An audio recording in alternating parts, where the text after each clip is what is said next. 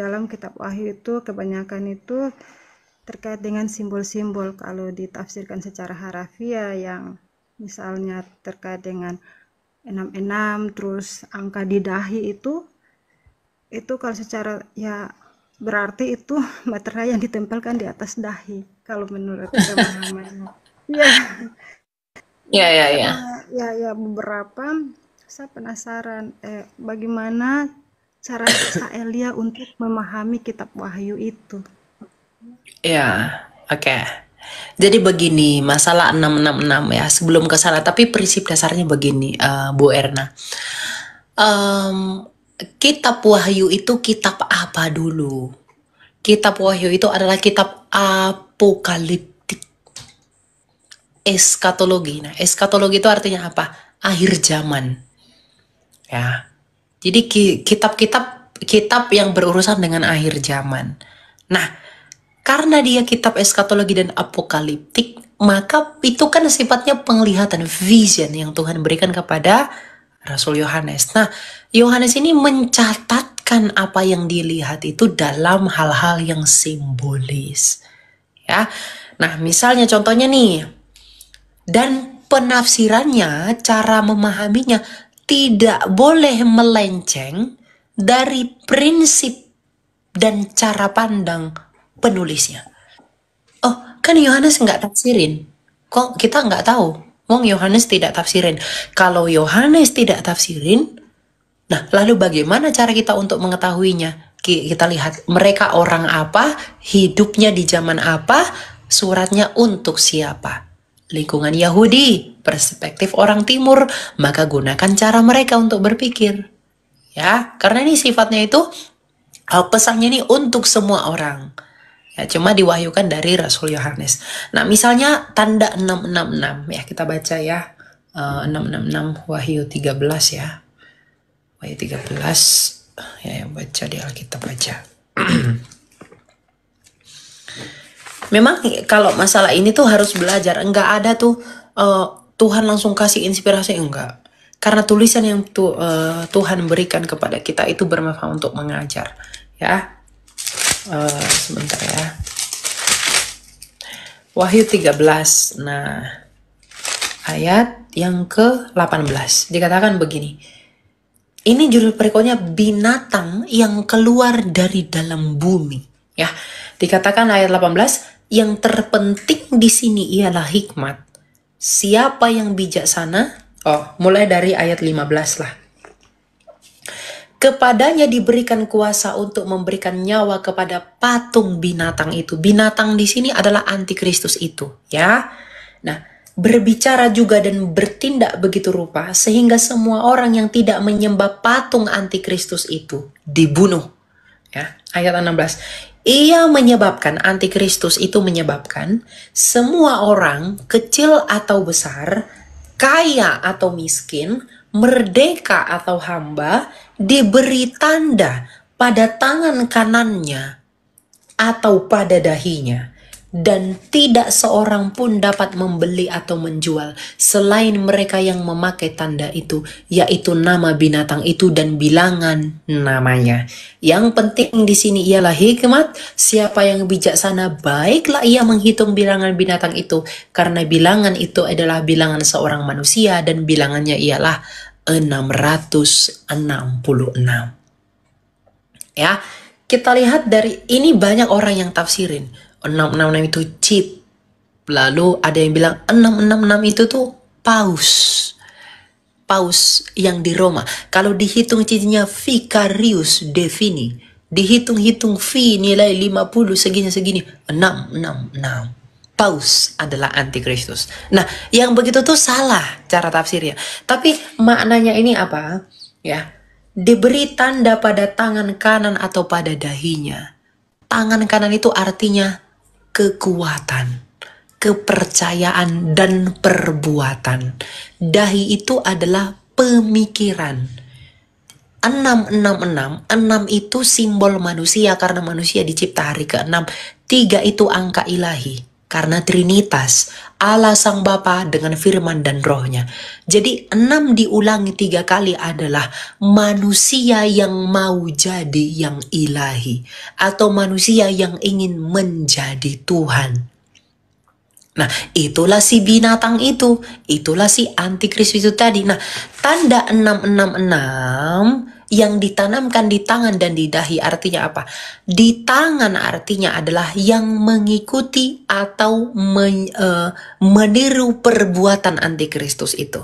Di dahi artinya yang mengikuti pikiran dan pola pikir antikristus itu. Jadi orang yang tanda 666 itu ada di tangan dan di dahinya adalah orang-orang yang melakukan perbuatan dan orang yang berpikiran seperti antikristus itu. Dan orang yang tidak punya tanda 666 di tangan dan di dahinya, mereka tidak dapat menjual dan membeli, artinya orang-orang yang tidak punya perbuatan dan tidak mengikuti antikristus itu secara perbuatan dan mindset, itu akan dianiaya oleh antikristus itu.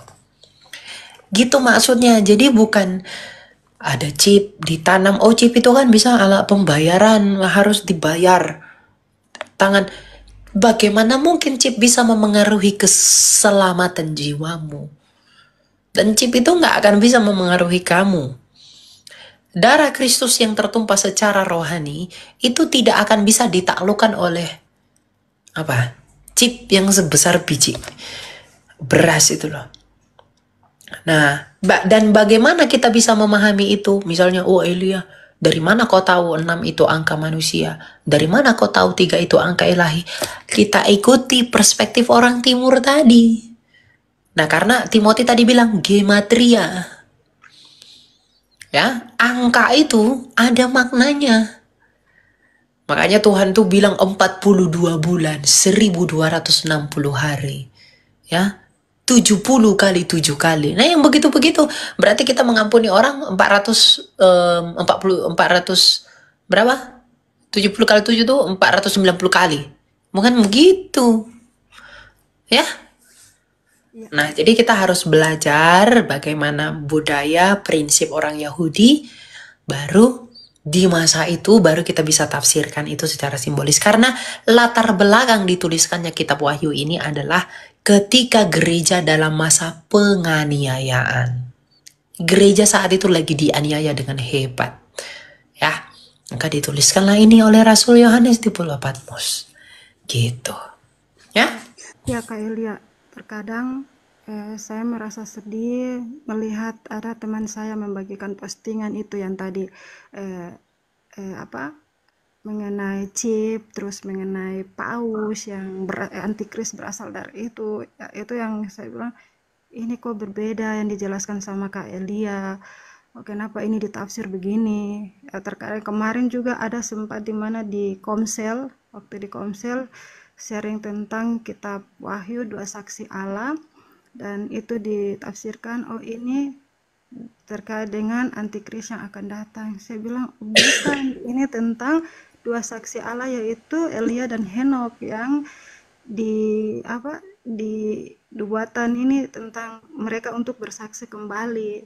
Terus ada yang bilang ke saya, oh jangan salah tafsir, karena di dalam kitab Wahyu itu di yang terakhir itu kalau tersalah dalam 22 yang untuk penutup dalam kitab Wahyu, barang siapa menambahkan atau mengurangi dia akan mendapat malapetaka. Dan saya dibilang jangan salah menafsir. Kita bilang oh mau menjelaskan lebih lanjut juga, saya tidak punya pemahaman lebih tentang kitab Wahyu itu. Iya, kalau mereka berkata itu biasanya, mohon maaf ya, orang-orang Advent itu biasanya yang begitu. Mereka tafsir. Dari karismatik. Ya, ada yang dari karismatik, ada dari Advent. Advent itu biasanya bilang yang merubah hukum hari Minggu, itulah antikristus. Nah, yang begitu-begitu tuh saya kadang jengkel melihatnya gitu loh. Jadi di sini ada Timothy, dia dari gereja timur yang notabene gereja purba. Ada nggak penafsirannya begitu? Sekali. Itu teologumena itu, bukan teologis. Makanya, jadi kita itu teman-teman perlu belajar, meskipun saya orang Protestan ya, Tapi kita itu perlu belajar secara akademis dan secara filosofis mengenai nilai-nilai iman kita yang ada di abad mula-mula. Gitu. Ya meskipun orang nanti akan bilang, oh Elia, kalau gitu kenapa kau nggak jadi Katolik aja? Kenapa kau nggak jadi Ortodoks saja? Orang akan ngomong begitu. Ya, karena orang akan bilang, oh kamu Elia, kamu tidak dalam kebenaran penuh, keselamatan penuh. Ya itu urusanmu. Ya. Tapi bagi saya, orang itu imannya akan lahir itu dari pendengaran akan itu, dan jangan sampai belok-belok. Yang dikhawatirkan dari yang belok-belok ini apa? Menuduh, memfitnah. Kayak itu tadi, paus antikristus. Sejak kapan paus itu antikristus? Nah, yang begitulah. Yang kan penuduh-menuduh begitu tuh ndak boleh. Liar itu. Ya? Iya Kak Harus. Delia. Jadi benar ketika saya sering mengikuti live-nya Kak Elia, iman saya semakin bertambah, terus pengetahuan saya juga bertambah. Saya sangat merasa bersyukur. Terus di mana terkait dengan karismatik ini kan lebih ke baptisan selam. Terus ada di mana juga sempat sharing dalam itu khotbah Petrus, dan ada sekitar 3.000 orang yang dibaptis hari itu juga. Terus saya bilang asalkan formanya sama dalam nama Bapa, Putra dan Roh Kudus, terus media yang digunakan juga air, itu sah saja. Terus ada kakak rohani saya membantah, tidak bisa begitu. Kalau dengan media air saja berarti baptis percik yang ada di Protestan itu sah saja begitu. Dia mungkin belum baca di Dake. Ya. Jadi saya Jangan didake Mas Elia. Ya. Kalaupun dia tahu pasti akan dia tolak karena dikatakan bukan Alkitab. Iya. Pengaruh solo itu. Jadi ada yang solo, ada yang solo. Kalau Mas Ada Elia yang kan solo, ada yang sola. Iya. Iya. Jadi Ingat yang saya bedakan ya. Bedakan sola scriptura dengan solo scriptura. Kalau sola scriptura itu bukan hanya kitab suci, tapi kitab suci yang tertinggi yang menuntun yang lain. Jadi kitab suci itu memagari. Nah kalau solo scriptura yang tertulis saja, nggak perlu sejarah, nggak perlu budaya, nggak perlu tradisi. Begitu ya. Jadi orang-orang begitu tuh harus, ya kita dengan kerendahan hati mengajari mereka. Jadi saya tuh merasa terdiam, terus merasa sedih, terus di dalam hati saya bilang, Tuhan minta ampun kalau memang saya salah menafsirkan firman Tuhan, saya minta ampun. Terus saya tidak membantah karena saya juga tidak mempunyai data terkait dengan baptisan percik atau yang dituangkan itu. Timothy jelasin deh baptisan tuh, Timothy. Masalah baptisan itu coba jelasin. Ya, memang ya secara harafiah baptisan itu artinya selam. Ya, Secara harafiah. Akarnya juga kata bapto. Kalau bapto ini dalam pengertian ada yang dituangkan, ada dalam pengertian yang juga pokoknya terkena air, itu dikatakan bapto. Kalau baptiso yang diselamkan. Tradisi awal memang juga cara baptisan itu dengan cara diselamkan. Tapi seperti yang dikatakan Mas Elia tadi, saya nggak perlu tunjukkan bukunya karena udah berapa kali. Dalam kitab Didake pasal 7 itu dikatakan kalau seandainya orang ingin dibaptis, baptislah di dalam air yang mengalir. Kalau nggak ada air yang mengalir, air yang tenang. Kalau nggak ada air yang tenang, air yang dingin, nggak ada air dingin, ya air yang hangat. Tetapi harus berdasarkan dengan dalam nama Bapa, Putra dan Roh Kudus, dan hendaklah yang dibaptis itu harus berpuasa dahulu selama 3 hari. Nah, jadi kalau kita lihat nggak ada masalah kok pada masa itu tentang baptisan. Kenapa? Umpama deh, kalau kita memaksakan baptisan selam, ada kakek-kakek yang lagi sakit umpamanya, dia bukan orang Kristen, mau mengikuti Kristus, tapi syaratnya adalah baptisan. Tubuhnya nggak mampu dengan air, tapi harus diselam. Dan apa yang terjadi? Dia meninggal. Siapa yang salah ya? Kita. Kita yang masuk kriminal. Pada zaman itu ya para bapak gereja sudah mendapatkan hal ini. Di Dake itu ditulis memang tidak diketahui. Ada yang mengatakan Barnabas, ada yang mengatakan Hermas, ada yang mengatakan itu salah satu dari pengikut para rasul. Tapi yang jelas kitab Didake ditulis tahun 90 Masehi dan mereka tidak pernah ada yang menolak kitab Didake atau menganggapnya sebagai kitab apokrif lah atau pseudepigraf, nggak ada. Pseudo ya. Iya, pseudo artinya pemalsuan pemalsuan grafik atau pemalsuan penamaan. Itu nggak ada. Nah, ini masuk dalam tradisi suci pada masa itu. Ya, seperti itu ya, Bu. Jadi kalau ditanya kalau mereka menegaskan tentang baptis, kita menggunakan logika dulu deh. Umpama nih, kalau seandainya ada kakek-kakek tadi, kalau dia bukan orang Kristen, apakah dia yang tidak mampu tubuhnya untuk dibaptis dengan air yang mengalir, itu harus dipaksa dengan air yang mengalir juga? Ya, kalau terjadi apa-apa dengan dia, mau nggak gereja bertanggung jawab? Ya, itu aja ya. Hanya menyelamatkan malah membunuh. Masuk kriminal pula kita. Ya. Akhirnya Ya, jadi bukan masalah di dalam didake itu diakui, diselam, dipercik, ya, dan dituang. Ya, tadi Timothy udah jelasin kok, udah lengkap, ya. Tapi harus hanya di dalam satu materi, yaitu di dalam nama Bapa dan Anak dan Roh Kudus. Bukan di dalam nama Bapa dan Anak dan Roh Kudus, yaitu Tuhan Yesus. Itu sesat.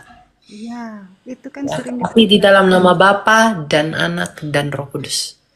Amin. Nah, baru.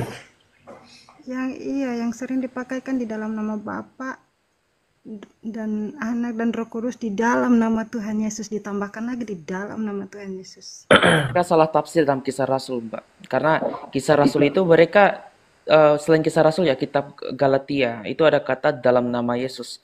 Dalam bahasa Yunani kata dalam itu berbagai, ada makna, ada multi makna.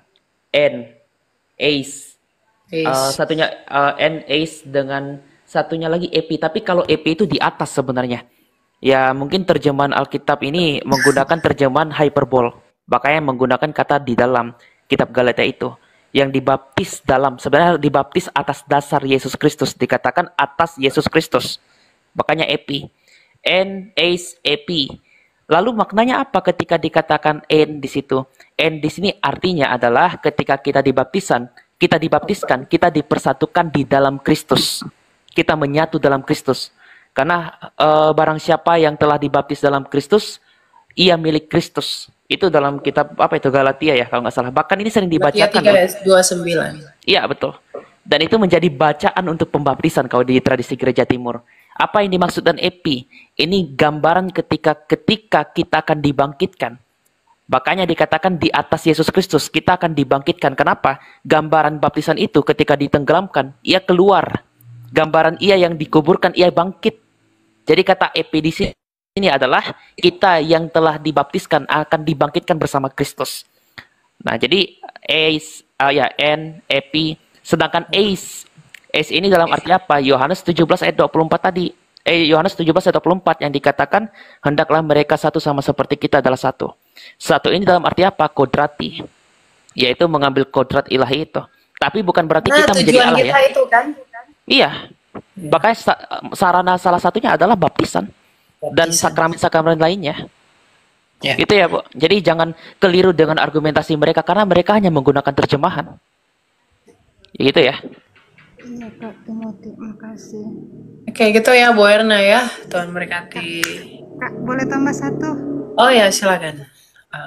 Terkait dengan baptisan, apakah di luar daripada pendeta bisa melakukan baptisan, misalnya di luar yang memegang, ataukah baptisan itu hanya dilakukan oleh pendeta saja? Terima kasih Kak.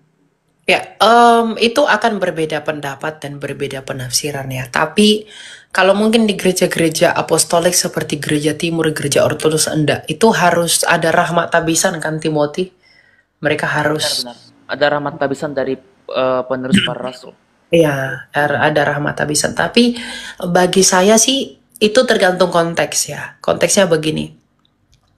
Kalau memang dalam keadaan yang jauh dari akses, kita misalnya saya pergi ke hutan-hutan ya, lalu saya menginjili banyak orang di sana dan nggak ada pendeta, bahkan saya tidak dapat rahmat tabisan gitu.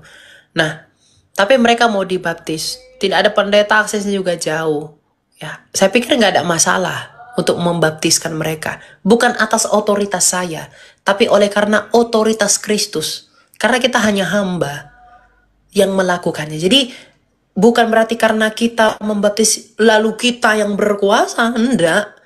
Ya, tetapi kita membaptiskan mereka dalam nama Bapa dan Anak dan Roh Kudus atas kerendahan hati kita membawa jiwa orang itu. Jadi tergantung konteksnya aja. Kalau di sana ada pendeta-pendeta yang saya sering beberapa kali diundang, ada orang mau percaya Yesus, lalu mereka bilang, Elia kamu baptis gitu, kamu baptiskan mereka. Saya nggak mau.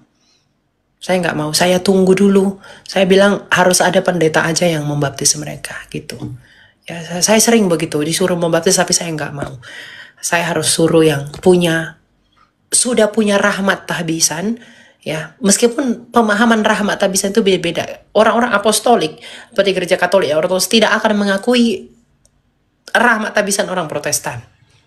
Ya, tapi terlepas dari itu, saya memberi otoritas itu kepada mereka yang lebih tua, yang lebih layak daripada saya sendiri. Karena saya secara kan dalam 1 Korintus 11 dikatakan, biarlah setiap orang menguji dirinya sendiri. Nah, saya di dalam diri saya masih merasa tidak layak membaptiskan orang.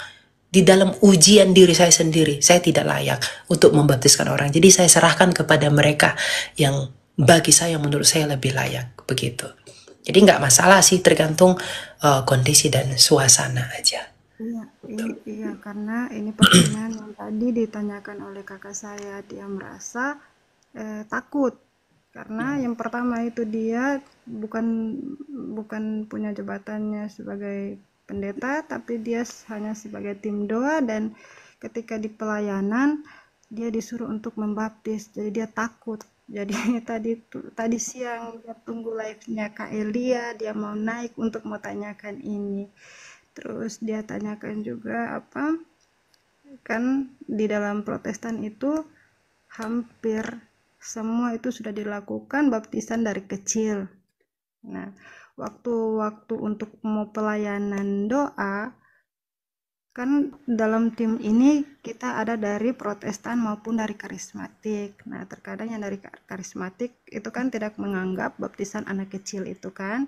Jadi dilakukanlah pengajaran tentang baptisan. Baptisan yang benar itu harus diselam sama seperti Yesus. Jadi yang tadi yang orang sudah melakukan baptisan itu tidak dianggap sah dan harus dilakukan baptisan. Apa itu salah menurut pandangan Alkitab? Maksudnya berdosakah kita melakukan baptisan terhadap orang yang sudah dibaptis, Kak Elia? Masalah itu berdosa atau enggaknya itu kembali lagi, dia harus menguji dirinya sendiri. Ya, saya tidak bisa katakan itu berdosa, saya juga tidak bisa katakan itu tidak berdosa. Dia harus menguji dirinya sendiri. Ya.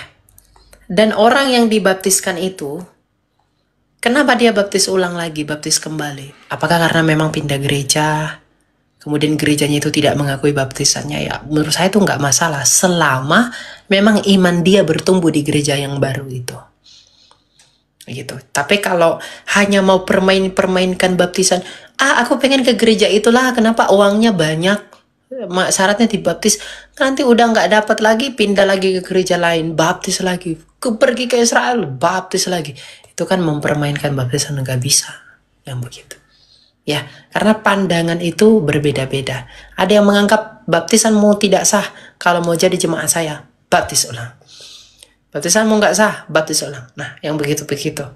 Ya, jadi tapi kebanyakan yang kita dapat itu orang yang tetap di Protestan, tapi ketika diinjili dari karismatik itu, dari tim doa itu yang gabungan tadi itu, disuruh harus baptis walaupun tanpa pindah gereja karena dianggap tidak. Ya, itu kembali yang saya katakan, dia harus menguji dirinya sendiri. Kita itu sebagai pendengar harus menguji diri sendiri. Ada orang yang meskipun misalnya dibaptis kecil, tapi dia merasa bahwa, aduh, kayak masih ragu, terus dia gelisah, aku harus dibaptis lagi. Itu kan dia menguji dirinya sendiri.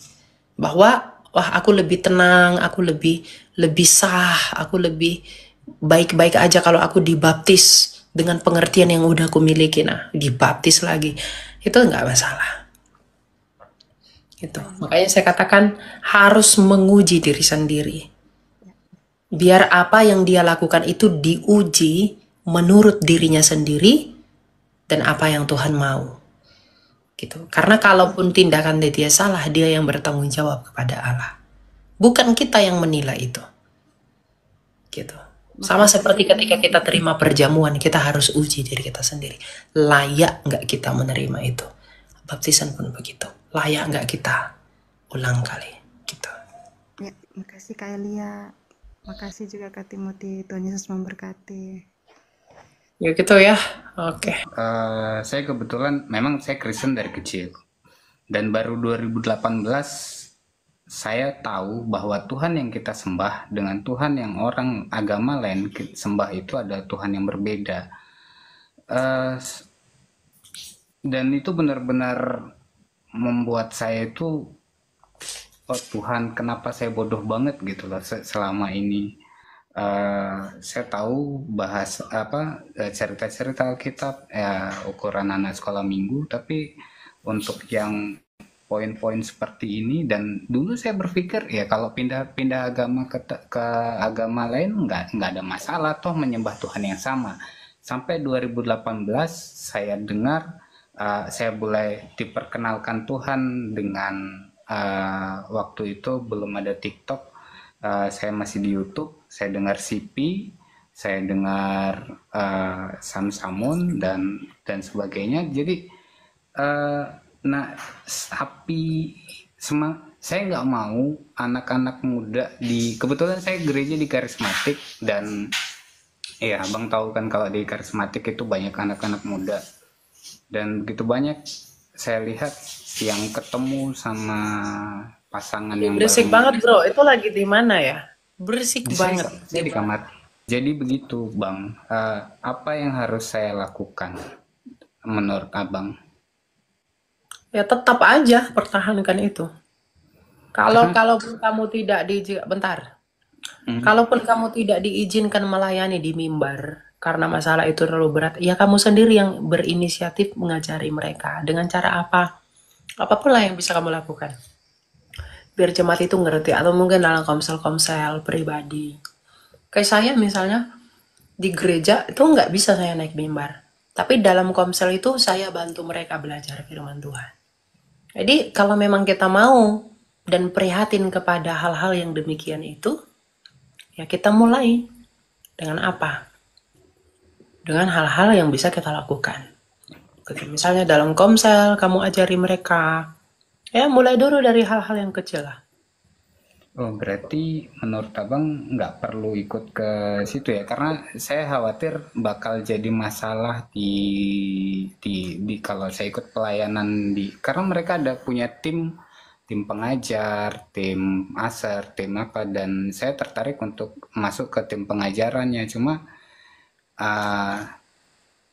saya sebelum itu ada kelas-kelas, dan saya sempat kasih pertanyaan, kasih tambahan, karena hari itu mereka bahas tentang keselamatan tapi tidak menyinggung tentang darah Yesus. Itu saya kasih pertanyaan, saya kasih tambahan begitu, dan pertanyaan dan kata-kata saya itu sekian bulan kemudian saya dengar kembali, itu malah tanda kutip seperti dijadikan joke sama mereka, yang pokoknya sok-sokan banget sih ini orang gitu. Jadi kalau orang-orang begitu dinasehati tapi bebal, tinggalkan mereka. Tapi itu pengajar kak, Meskipun pengajar sekarang banyak mengaku pengajar tapi menyesatkan orang. Yang katakan keselamatan itu ada di luar Yesus, yang ngomong Tritunggal itu sesat, yang bilang Yesus lebih rendah dari Bapa, itu titelnya itu bukan main. Pengalamannya, tapi apa buahnya? Sesatin orang. Karena dia udah merasa Tuhan, dia udah pinter sekali, maka dia buat doktrin-doktrin menurut pikirannya sendiri dan kemauannya sendiri, yang menyenangkan dan memuaskan keinginannya. Ya, jadi kamu, websitenya itu sudah saya cek sebelum saya benar putusin gabung ke gereja ini. Saya cek websitenya, mereka menyatakan mempercayai Tritunggal itu sendiri. Jadi makanya saya benar-benar ikut. Ya berarti gini, orang yang di dalam gereja itu yang tidak punya paham yang baik. Maka ya kalau kamu sudah bergabung di dalam, kamu mau jadi pengajar, ya harusnya itu jadi beban pelayananmu. Ya apa yang Struktur harus kamu gereja, Bang. Lebih ke struktur gereja. Karena mereka mereka ikut banget sama aturan gereja. Jadi aturan gereja itu begini, ya begini mereka ikutin. Saya udah coba. Saya pikir begini, bukan. Saya pikir begini, tidak ada yang menyalahi kalau kamu buat pertemuan-pertemuan. Kalau memang kamu mau melayani ya, kamu prihatin kepada pengertian mereka. Kamu buat kumpul-kumpul santai lah atau apa gitu, lalu kamu ajari mereka di luar dari aktivitas gereja. Biar mereka juga punya pengertian akan firman. Atau kamu mulai TikTok deh, kamu layani Tuhan. Kamu jabarkan apa yang kamu tahu, lalu link-link videonya share ke mereka, bagikan ke mereka. There is a lot of ways that you can do. Banyak cara yang bisa kamu lakukan. Jadi struktur gereja adalah bisa kamu lakukan dengan banyak cara. Nggak harus dibatasi dengan hal seperti itu. Itu bukan reason, itu bukan alasan bagi pelayananmu. Kalau you memang mau melayani dan kamu benar-benar prihatin akan masalah itu. Nggak harus naik mimbar kok. Saya nggak naik mimbar kok. Gitu. Jadi kamulah berdoa sama Tuhan. Kamu minta bantuan Tuhan. Tuhan, saya prihatin dengan kasih saya yang tidak pura-pura. Dan motivasinya tidak bengkok. Tapi benar. Ingat ya. Kalau motivasinya udah bengkok-bengkok. Ya Tuhan pun akan bengkok-bengkok. Berkelit-kelit sama orang itu. Tapi kalau motivasinya lurus. Karena kasih yang memang demikian adanya. Kamu doa sama Tuhan, Tuhan akan tunjukin caranya sama kamu. Dan kamu diberi hikmat. Apa? Melalui komsel-komsel, atau mau buat apa deh, sosial media, atau buat grup-grup, atau buat apa, yang kamu bisa deliver. Kamu bisa bagikan ke mereka nilai kamu. Nilai yang dari kamu itu dihantarkan sama mereka. Jadi, kamu jadi orang yang value driven. Kamu orang yang bisa menghantarkan nilaimu kepada mereka. Banyak cara yang bisa kamu lakukan gitu. Jadi jangan terpaku pada hal-hal yang struktural. Ya, kita kebanyakan ya Timothy mungkin juga merasakan dan saya secara struktural kita tidak bisa naik ke atas sono. Tapi karena kita memang mau melayani Tuhan agar banyak orang mengerti, kita berinisiasinya lewat apa? TikTok. Ya mungkin Timothy udah lebih panjang perjalanannya. Mungkin dia ada di YouTube. Ya dan banyak hal yang dia udah lakukan. Ya saya mungkin dari TikTok dulu, IG, baru nanti yang lain. Gitu. Ya, niat itu yang penting. Yang lain-lain masalah itu tantangannya itu harus dilewati. Kalau memang mau melayani. Ya. Siap, makasih Bang ya. Ya. Apanya? Jadi Insight. kamu berdoa ya untuk itu. Oke? Thank you Bang.